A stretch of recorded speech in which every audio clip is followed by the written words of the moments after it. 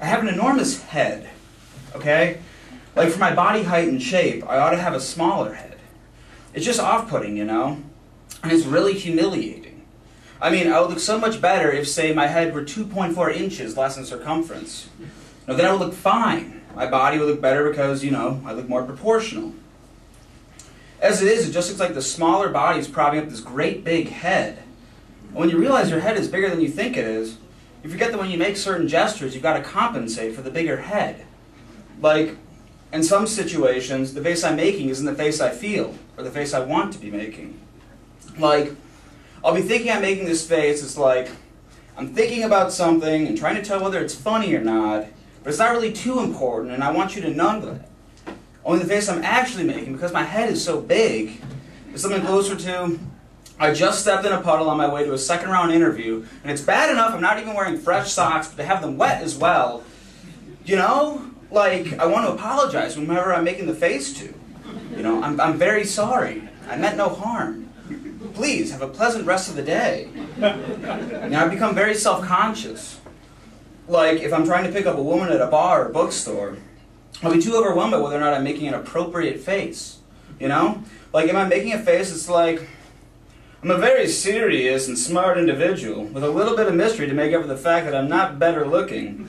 But I also have this really funny side to me, and don't you want to find out? Aren't you curious? But I could really be making a face that's like, Eisenstein's theory of relativity is all wrong, and where's the nearest restroom so I can pop this cyst on my upper thigh? You know, I mean, how do I account for this? You know, I'll usually just go up to her after I realize what I've done and apologize profusely. But I don't think she gets me. You know, most times she just looks disturbed, like I'm not well, mentally. And she doesn't know if I should call security or wait it out. You know, I either get that one or the sympathetic one. Like she thinks I'm autistic. Which I feel is worse because she'll make more of a pitying face. Do you get me? I think you get me. Yeah, you get me. I don't think you get me. Serena, circa 1960. About 5 years into our marriage, I came face to face with my husband's mythical friend. A new African-American dance school had opened in Brooklyn, run by a young, groundbreaking choreographer named Alvin Ailey. Bill and I signed up, Bill under protest, for one of the school's first classes, a combination of modern and stretch, not his favorite. You gotta keep the joints oiled, I said. You're kissing 30. What joint you talking about, Bill said, giggling like a kid caught sneaking candy. I married a fool, I said, playfully elbowing him. Come on, let's find our room. We entered a studio with high ceilings, wall-to-wall mirrors, 2 small smudged windows, and a slight echo. Dancers were already there, some at the bar, others taking their place on the hardwood floor. Bill stretched his back while I slipped on jazz shoes. On the other side of the studio, someone called my husband's name. Bird, is that you? I looked over and saw this smiling, honey-colored black man clapping and laughing like he'd hit the numbers. You got to be kidding me, he said. Bird, I can't believe it. Oh my God, my husband said. They pumped hands a few times and then abandoned pretense to a frenzied back-slapping hug. Early, where the hell you been, man? It's been what?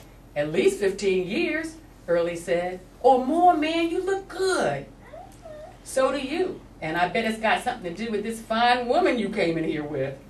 He bowed low in front of me with flourishing hands, a whole bit, then kissed my hand.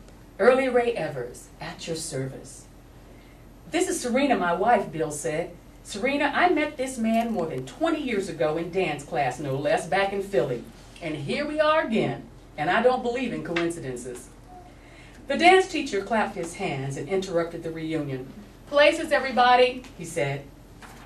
You'll have to come to dinner, I said to Early as we shuffled for an optimum place to see the front of the room. Well, thank you, Early said. I'd love to come. It would give me a chance to catch up with this knucklehead. He smiled at my husband, and Bill smiled back. Those smiles bore youthful exuberance, satisfaction, and memory.